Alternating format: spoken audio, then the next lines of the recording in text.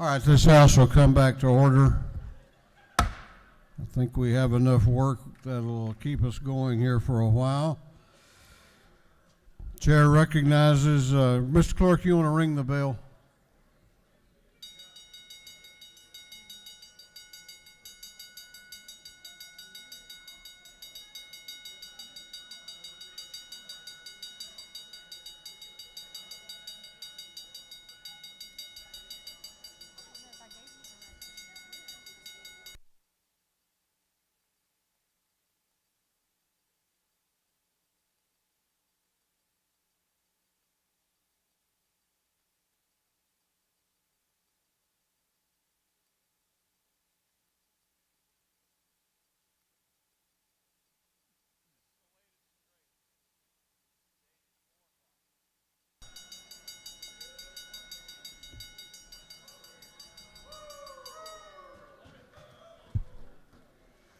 Chair recognizes Chairman Dubnik for a motion.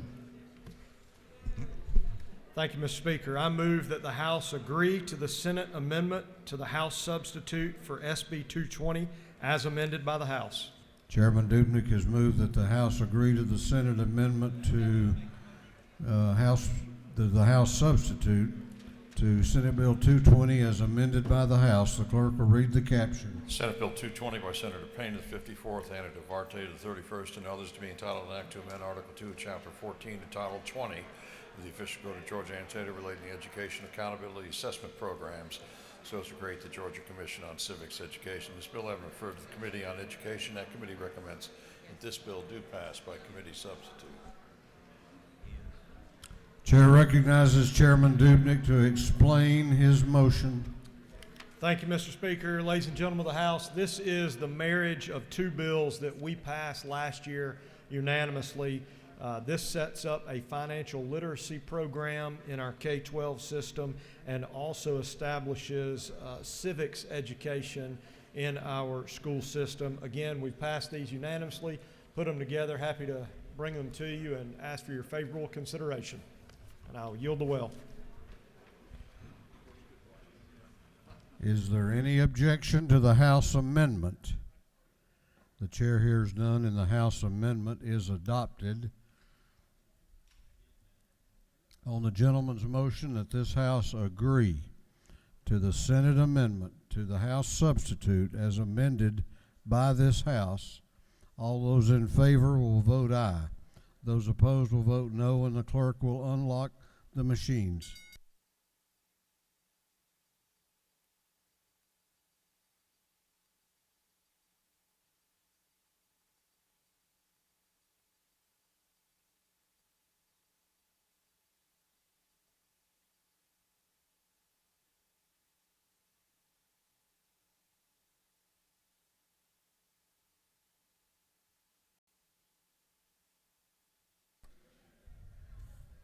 Have all members voted? Have all members voted? If so, the clerk will lock the machine on the gentleman's motion. The ayes are 165, the nays are 0.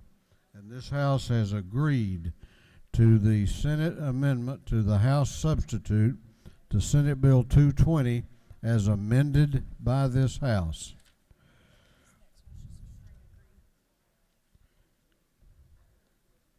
Chair recognizes Representative Victor Anderson for a motion.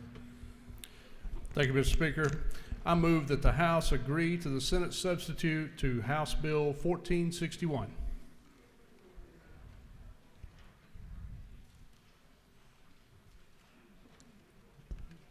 Representative Anderson has moved that the House agree to the Senate substitute to House Bill 1461. The clerk will read the caption. House Bill 1461 by Representative Anderson of the 10th, Jones of the 47th, and others to be entitled an act to amend Chapter 36 of Title 36 of the official code of Georgia Annotated relating to annexation of territory so as to revise provisions relating to dispute resolution. Chair recognizes Representative Anderson to explain his motion. Thank you, Mr. Speaker. House Bill 1461 promoted communication and expanded procedural timeframes for annexation, primarily in the dispute resolution areas. The Senate has added a section to, again, promote more communication by requiring additional notifications in a 60% annexation method of all property owners. With that, I ask for your favorable consideration. I yield the will. On the gentleman's motion that the House agree to the Senate substitute to House Bill 1461, all those in favor of the motion will vote aye. Those opposed will vote no, and the clerk will unlock the machines.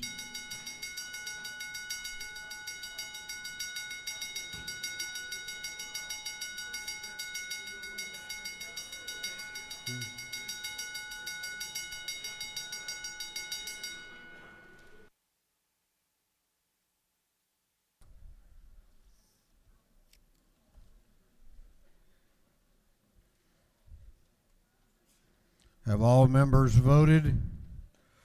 Have all members voted? If so, the clerk will lock the machines. On the gentleman's motion, the ayes are 165, the nays are 0, and this House has agreed to the Senate substitute to House Bill 1461. Chair recognizes Chairman Hawkins for a motion. Thank you, Mr. Speaker. I move that the House agree to the Senate substitute on HB 1276. Chairman Hawkins has moved that the House agree to the Senate substitute to House Bill 1276. The clerk will read the caption. House Bill 1276 by Representative Hawkins, the 27th and others to be entitled an act to amend Chapter 2 of Title 31 of the Official Code of Georgia Annotated relating to the Department of Community Health. So it's required that statistical reports containing data relating to state health plans be posted on the department website. Chair recognizes Chairman Hawkins to explain his motion. Thank you, sir. Actually, the Senate did not make any changes to this legislation. I think they realize the importance of knowing the number, type, and any changes in healthcare providers throughout the state. Very important to our health, including mental health. What was changed was a request by DCH to remove net of rebates from the PBM section. They found it was very hard for them to do this, keep those numbers, so I agreed to that, and that's all the changes. And if I have no questions, No questions. ask for your consideration. On the gentleman's motion that the House agree to the Senate substitute to House Bill 1276. All those in favor of the motion will vote aye. Those opposed will vote no, and the clerk will unlock the machines.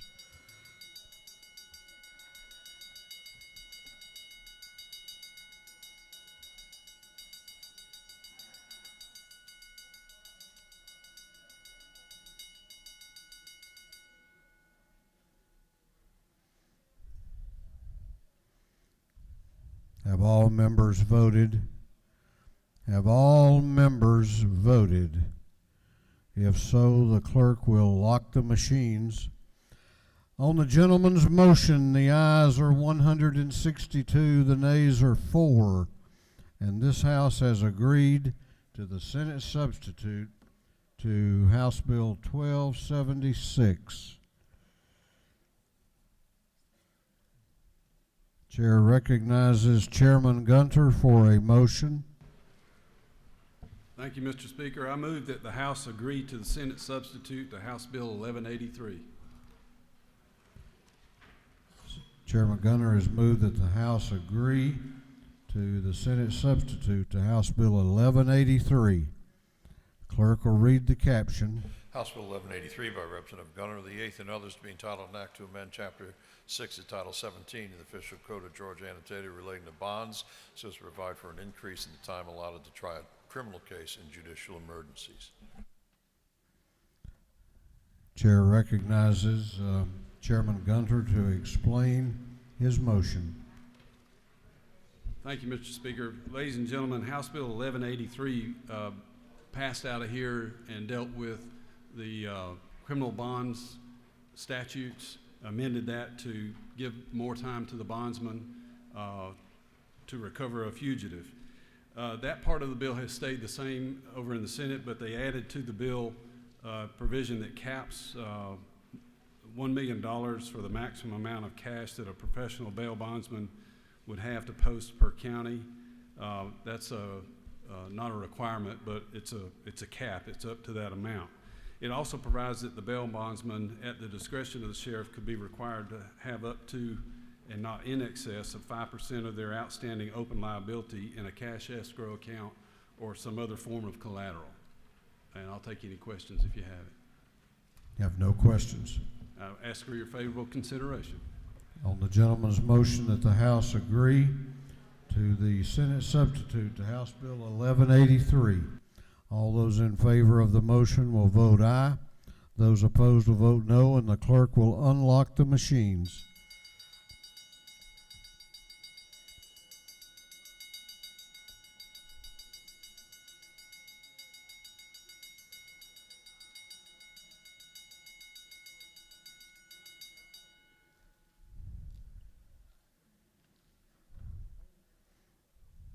Have all members voted? Have all members voted? If so, the clerk will lock the machines. On the gentleman's motion, the ayes are 165, the nays are 0, and this House has agreed to the Senate substitute to House Bill 1183.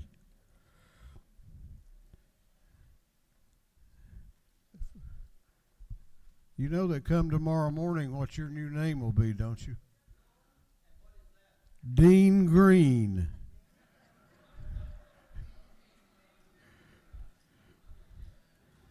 The mantle is being passed.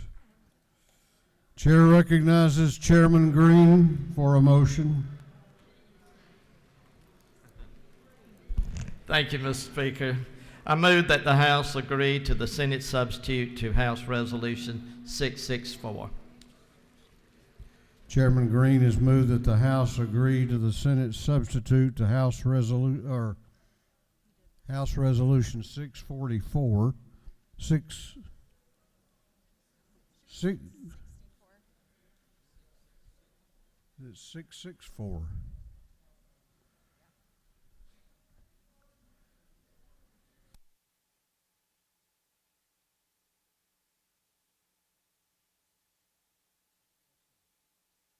All right. Betsy and me have never been wrong. That's still intact. Chair recognizes Chairman Green to explain his motion. Thank you, Mr. Speaker. Members of the House, this is our annual conveyance resolution, and the Senate has added a couple more. In fact, they added 7 to that, and all the members that are affected on the House and the Senate side has been notified. We have created a flow chart that shows that you have been notified of the conveyances here, and that's all it did, Mr. Speaker. So I would ask that you give favorable consideration to House Resolution 644 by committee substitute, Senate committee substitute. Thank you. On the gentleman's motion that this House agree to the Senate substitute, the House Resolution 664, all those in favor will vote aye. Those opposed will vote no, and the clerk will unlock the machines.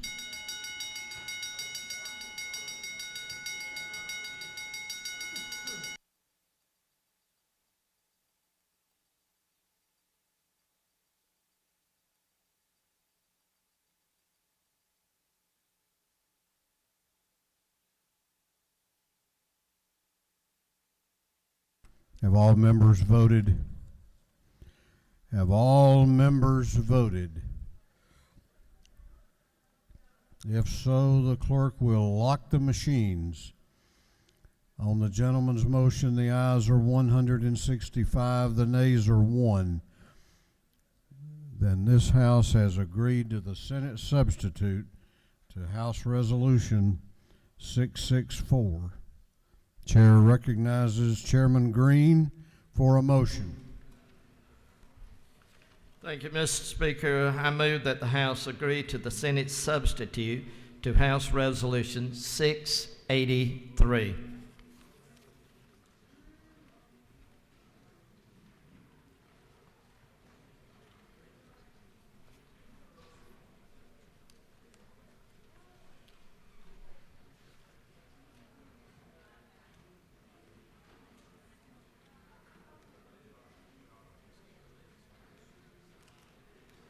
Clerk will read the caption. House Resolution 683 by Representative Green of the 151st and others authorizing the grant of a non-exclusive easements for the construction, installation, operation, maintenance of facilities, utilities, roads, and ingresses and egresses in, on, over, and upon or across property owned by the state of Georgia. Chair recognizes Chairman Green to explain his motion. Thank you, Mr. Speaker. This is our annual easement bill or House resolution, and the Senate has added one easement to the House Resolution 683, and that's in Emmanuel County. And I recommend that you pass this with a do pass with the Senate substitute to House Resolution 683. Mr. Speaker, I yield the will.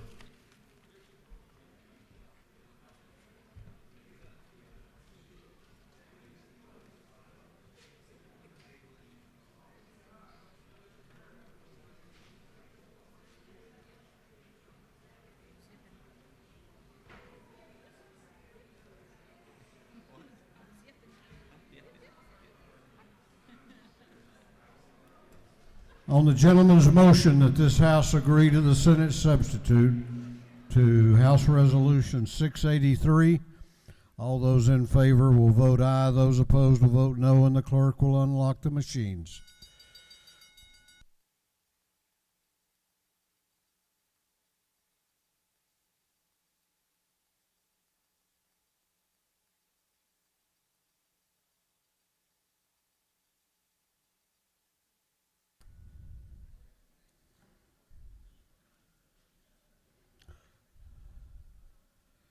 Have all members voted?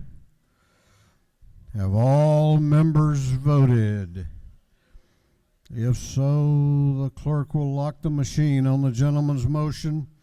The ayes are 166, the nays are 0. This House has agreed to the Senate substitute to House Resolution 683. Chair recognizes Chairman Dickey for a motion. Thank you, Mr. Speaker. I move that the House agree to the Senate substitute to House Bill 1150. Chairman Dickey has moved that this House agree to the Senate substitute to House Bill 1150. The clerk will read the caption. House Bill 1150 by Representative Dickey, the 140th, and others to be entitled an act to amend Code Section 4117 of the Official Code of Georgia Annotated relating to the treatment of agriculture facilities and operations and forest lands.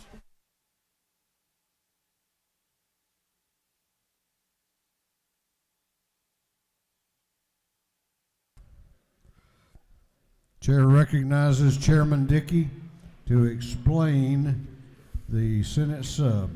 Thank you, Mr. Speaker. This is the bill we bipartisanly sent over to the Senate. They made some positive changes.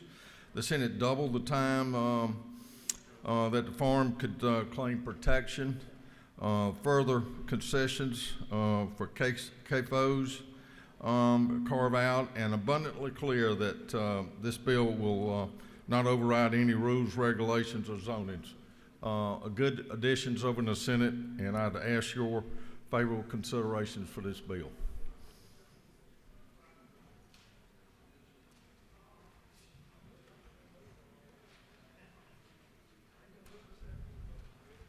On the gentleman's motion that the House agree to the Senate substitute to House Bill 1150. All those in favor will vote aye. Those opposed will vote no, and the clerk will unlock the machines.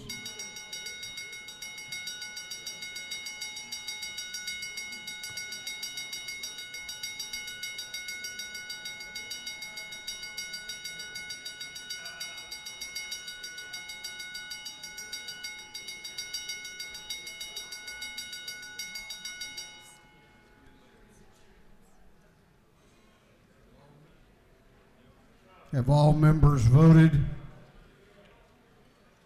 Have all members voted? If so, the clerk will lock the machine. On the gentleman's motion, the ayes are 106, the nays are 60, and this House has agreed to the Senate substitute to House Bill 1150. Chair recognizes Chairman Perkle for a motion. Thank you, Mr. Speaker. I move that the House agree to the Senate substitute to HB 1175. Chairman Perkle has moved that this House agree to the Senate substitute to House Bill 1175. The clerk will read the caption. House Bill 1175 by Representative Perkle, 155th, and others to be entitled an act to amend Chapter 2 of Title 26 of the Official Code of Georgia and Territory relating to standards, labeling, and adulteration of food, so as to authorize and regulate the production, handling, transportation, and sale of raw milk and raw milk products. Chair recognizes Chairman Perkle to explain his motion. Thank you, Mr. Speaker. There were 3 changes to the raw milk bill. The first, several of you mentioned that you wanted a strengthened label, so we actually added the word warning to the label, warning, and at the end included the language, may increase the risk of foodborne illness, that we may make sure that the people know what they're getting. The second, added language to clarify that personal consumption of raw milk by the owner of a milk cow is allowed. And thirdly, we moved the effective date to 7/1/23, so that we have time to formulate the new process. The Senate did add an amendment. The Senate added an amendment that I'm okay with. It addresses opioid deaths. It legalizes a test strip that will detect the presence of fentanyl, and that's the changes. They're good ones, and ask for your favorable consideration. On the gentleman's motion that the House agree to the Senate substitute to House Bill 1175, all those in favor will vote aye. Those opposed will vote no, and the clerk will unlock the machines.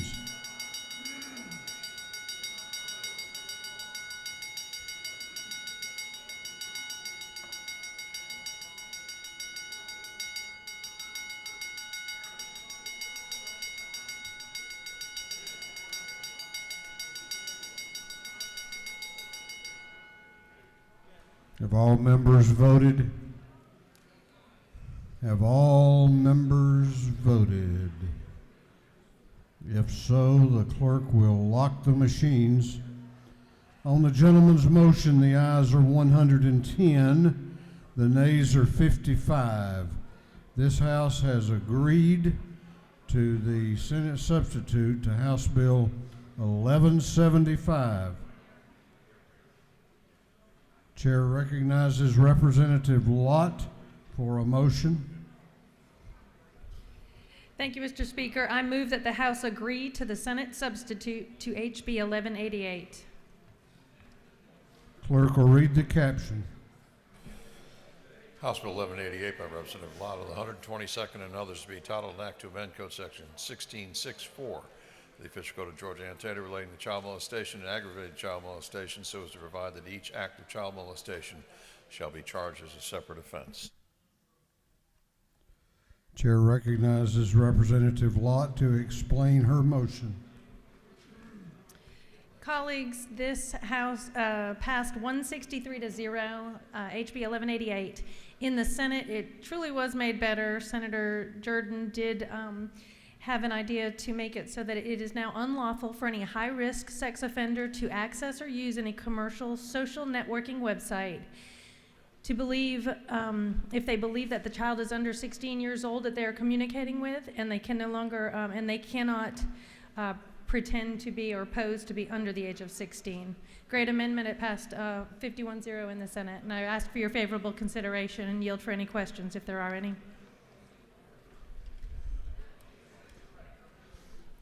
On the lady's motion that this House agree to the Senate substitute to House Bill 1188, all those in favor will vote aye, those opposed will vote no, and the clerk will unlock the machines.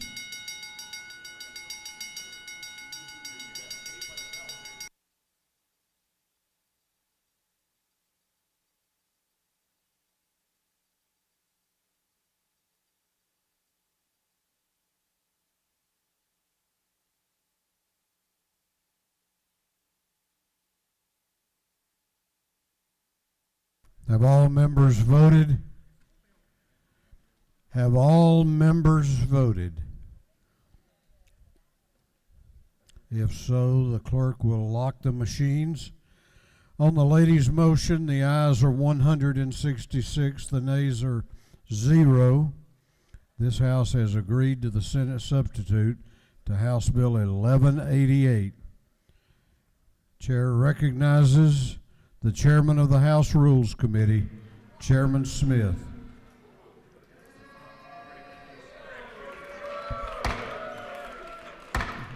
There may not be much cheering after I tell you what I'm going to tell you. We're being inundated with rule substitutes. As of right now, we still have people dropping off rule substitutes. The chances of those rule substitutes that have been dropped recently or will be proposed to be dropped, something may freeze over before they come out of rules. I hate to be that way, but and next year I am going to recommend that there be no rule substitutes after day 36 or 37 to give us adequate time to look at those things. Because we've got rule substitutes now that are coming out that we don't have a clue what's in them until we have time to read them and do what we're supposed to do for this state. I don't want to see any more rule substitutes. Thank you, sir.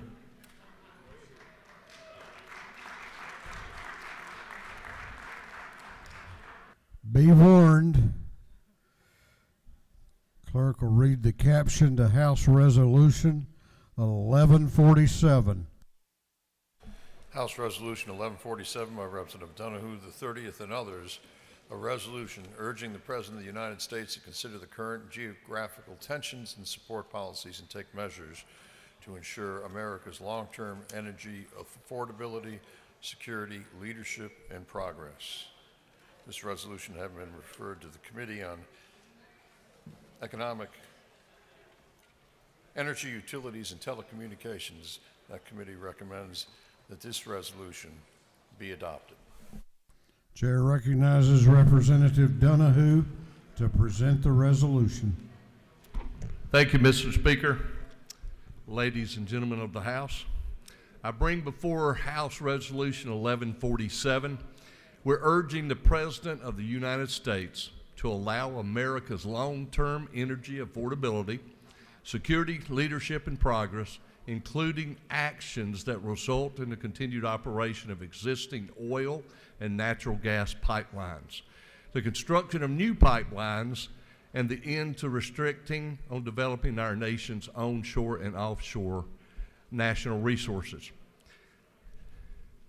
Basically, every 5 years, we have a contract where we can lease properties offshore and onshore. This July, we will have that come up to be signed again. This pretty much wears all oil and natural gas, vital components of our nation's economy, providing more than 11 million jobs nationwide, including 247,000 total jobs, 30.8 billion in gross domestic home income of Georgia alone. Whereas the world is looking to America for energy, leadership, and stability as current events pose potential economic disruptions when inflation already affects households both in the U.S., across Europe, If we remember, gas was $1.69 to $1.89 16 months ago. And now you can fill up for about $4.49. Diesel is somewhere around $5.29. So all we're doing is asking for us to be allowed to use the resources that we have in Georgia and the US of A. And I challenge each person here to at least think about when you go home tonight, you fill your vehicles up. My truck goes 34.9 gallons. My bass boat is 57. So guess what? That's about $400 when I go to fill up both of them. I'd sure like to get back down to the natural. But thank you, Mr. Speaker. I yield the well.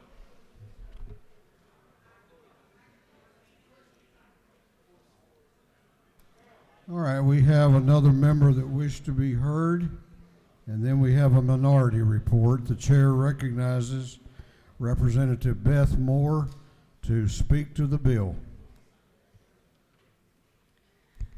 Colleagues, I know that today's our last day in the House, including my last day, and so I expect that there will be accusations of politicking going on in this well from both sides. There's probably some merit to that. But, you know, this resolution came through the Energy, Utilities, and Telecom Committee, and, you know, I have so enjoyed being a member of that committee because we do really good work in that committee. This year we focused on on electric vehicle charging stations. We've done a lot of work with solar energy.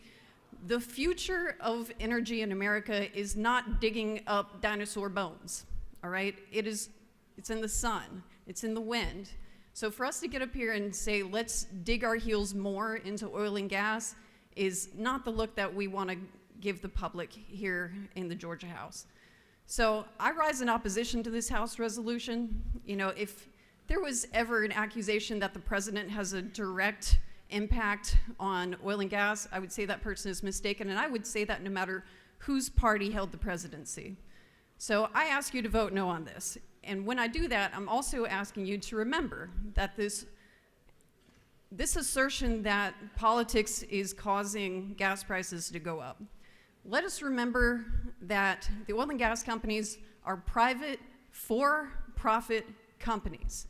They set the gas prices.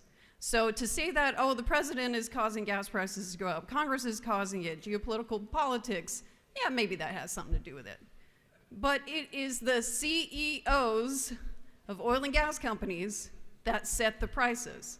So if we're going to urge the president to do something about it, I thought it might only be fair to ask the CEOs of the oil and gas companies to do it. So while we're here, let's call on David Lawler, Chairman and President of BP America, Michael K. Worth, Chairman and CEO of Chevron, Richard Moncrief, President and CEO of Devon Energy, Darren Woods, CEO of ExxonMobil, Scott D. Sheffield, CEO of Pioneer Natural Resources, and Gretchen Watkins, President of Shell USA.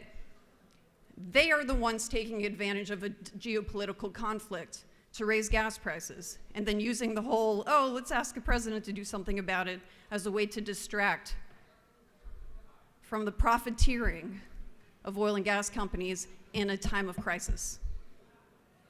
So we should urge them to stop raising gas prices at a time when Americans need a little bit of relief. Thank you.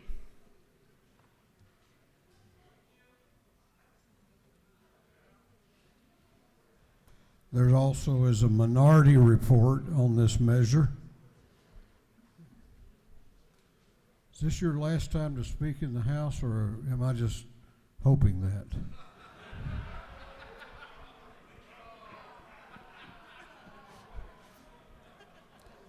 You know, I had a member this morning, representative, that wanted me to ignore the fact that we don't have to do immediate transmittals today to immediately transmit you to the state Senate. Not you. Chair recognizes Representative McLaurin for the minority report. Thank you, Mr. Speaker. You know, to address the chair's question, I think all of us in here know that we do a lot better when we let the Spirit move us to speak than when we meticulously go home and write out speeches a day in advance. So in that spirit, Mr. Speaker, the House rules provide for a minority report, which was duly filed on this resolution in the EUT committee. And here we are, pursuant to the proper procedure and process, delivering a minority report in opposition to this resolution, which, as you heard the members say, is a political stunt in an election year. But let's talk about the substance of this resolution, using this minority report to elucidate why this resolution is being brought and why it might miss the mark from a factual standpoint. If you look at line 19 of this resolution, it says, whereas the Biden administration continues to increase costs and delay efforts to develop oil and natural gas leasing on federal lands and waters, despite the fact that the program provides billions of dollars in revenues to federal, state, and local governments and supports conservation programs throughout the country. I almost hope that my opponent clips that to make it sound like I said it, because that would be entertaining. But that is the rhetoric that has been put before the House today, the rhetoric that Democrats in opposition in committee moved to amend out of the resolution to make a bipartisan statement about the difficulty that Americans are facing with gas prices. But that amendment was rejected, ladies and gentlemen. Why? Because we face an election year of historic proportions in this state, where every single thread of potential partisan conflict we must grasp onto in order to make our case to our base that's going to turn out anyway because of how polarized the country is. And they don't need one oil and gas resolution to do that, but we're insistent because we say to our base, don't worry, we've got your back, not just on one bill, but 2 bills and 5 bills and 10 bills, and also this resolution and every issue that's ever polarized you, everything that's ever graced Tucker Carlson on Fox News at 9 o'clock when you're tired and you don't know what to hate, and so the TV tells you for you what you need to hate. Don't worry, because we've got your back.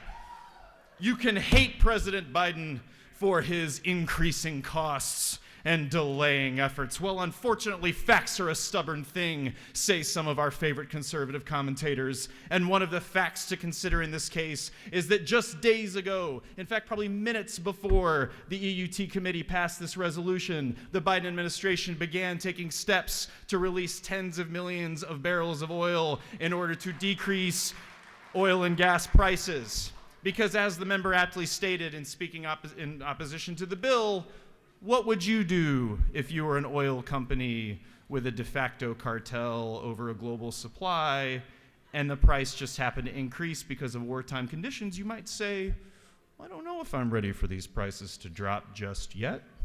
It may be that we want to enjoy an artificially restricted supply for the moment so that we can make a couple bucks while Americans are suffering. And those same oil companies who, this resolution says that regulations are, poor ExxonMobil is like trying to make it through the day, but they can't because these regulations are like the brush that they're walking through, disorienting and stinging.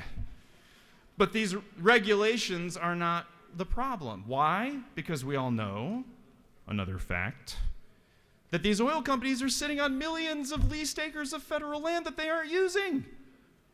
They're undeveloped. This is not that they have to develop new land, because they've already got it. And again, if you were an oil company, what would you do?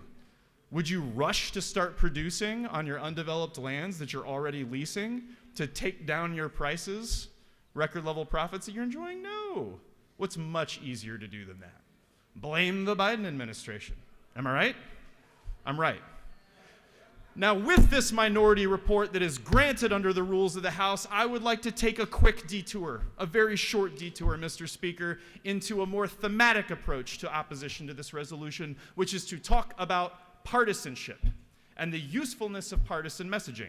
By a show of hands, nobody's going to raise their hand, but I'm going to use this device. How many people in here have heard their voters say, Republican or Democrat, we're tired of the bickering, right? We're tired of opposition for the sake of opposition that's just meant to inflame partisan tensions. My voters have said that. Even my most dedicated liberal voters in the base who want me to vote left on all the stuff we do.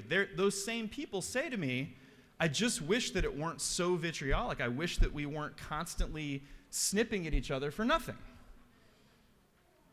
Now, let me admit something to you. When I first ran for the State House in 2018, I ran because of Donald Trump.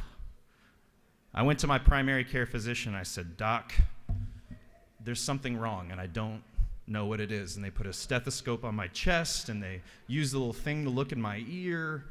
They said, "Say ah, ah." And I was in there for about 20 minutes, and the nurse came back, and she said, "We have some bad news. It appears you have Trump derangement syndrome." That was a hard day. That was a hard day because, I thought maybe it's just me, But no, it was something that a lot of us came down with. And so, actually, little known fact, every member of the D17 who got elected in 2018, the Democratic incoming class, we were all simultaneously gardening when we found out Trump got elected. We were all at like different parts of the garden. And when we found out, it was like 2 a.m, right, when the results were called, we all looked up in this very dramatic way towards the sky. We dropped our garden implements in slow motion, and each of us from the corners of the state started walking to the state capitol, all at once. Now, the reason we did it is because we were Trump deranged. It was very partisan. We were explicitly like, this country's going down the tank. This one guy, right? This one guy is the problem. I am going to make a point, Madam Chair, I promise. This one guy is the problem. And we got here, and you guys remember, I'm talking to people in my class, do you remember when we got here and we realized how much more there was to state legislative service, to caring about the public, caring about voters, and more importantly, and I've spoken to this from the well, relationships within this body that matter a lot to us. We learned a great deal about how complex representation is and how important it is to come together to put the small stuff away, because ultimately that's what it's about, is putting the small stuff away and recognizing that a lot of what we do here is bipartisan. I have changed a lot as a person since we got elected in 2018. I have grown to appreciate perspectives that I would not have appreciated when I came in, when the whole reason for coming in was like national politics, whatever.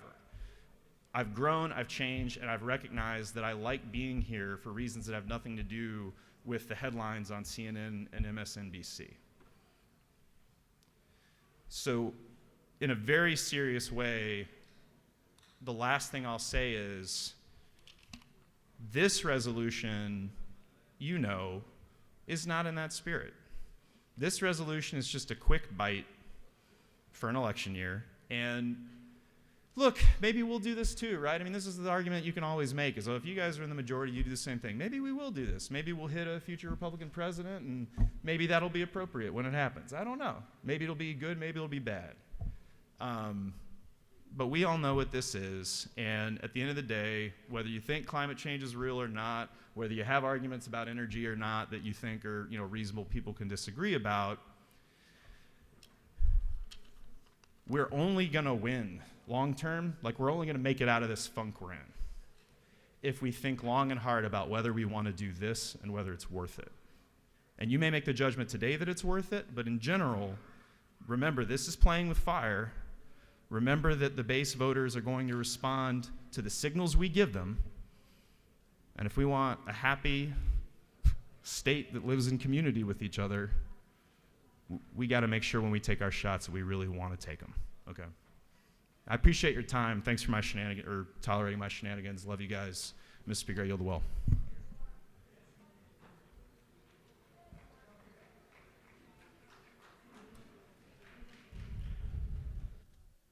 What purpose does Representative Ridley rise? Parliamentary inquiry. State your inquiry. Mr. Speaker, is it not true that my friend in the well does put on a great show, but from the mountains where we're from, it's just simple. If you got to ship stuff from halfway around the world, it's cost a whole lot more than to get it here at home. Is that not true? If you say it is, it is. All right. Is there any objection to the previous question being ordered? The chair hears none. The previous question is ordered. Is there any objection to agreeing to the report of the committee, which was favorable to the adoption of the resolution? The chair hears none. The report of the committee is agreed to. Shall this resolution now be adopted? All those in favor of the adoption of the resolution will vote aye. Those opposed will vote no, and the clerk will unlock the machines.